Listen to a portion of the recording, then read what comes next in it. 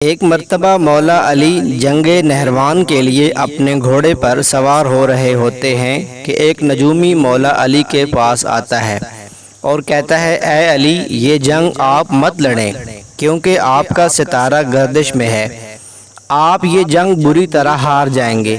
مولا علی اس کی بات سن کر گھوڑے سے نیچے آ جاتے ہیں اور اس نجومی کو کہتے ہیں، اچھا تم ستاروں کے حال جانتے ہو؟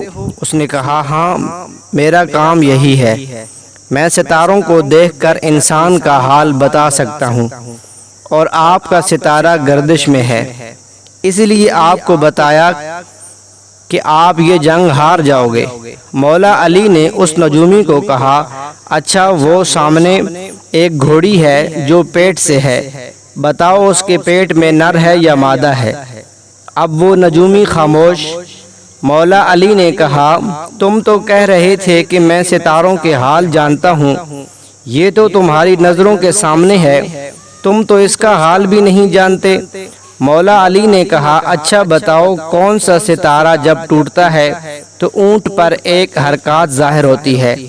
اب پھر وہ نجومی خاموش۔ مولا علی نے کہا، اچھا اس میرے گھوڑے کے پاؤں کے نیچے زمین پر ایک چیز ہے، بتاؤ وہ کیا ہے؟ نجومی خاموش۔ مولا علی نے کہا، تم آسمان کے تو کیا زمین پر تمہاری نظروں کے جو سامنے ہے وہ بھی نہیں جانتے؟ سنو اے شخص، میں علی اب تجھے بتاتا ہوں، علی کی زندگی کی سب سے کامیاب یہ جنگ ہوگی، میرے 10 لوگ بھی اس جنگ میں نہیں شہید ہوں گے اور میرے مخالف کے 10 لوگ بھی نہیں بچیں گے۔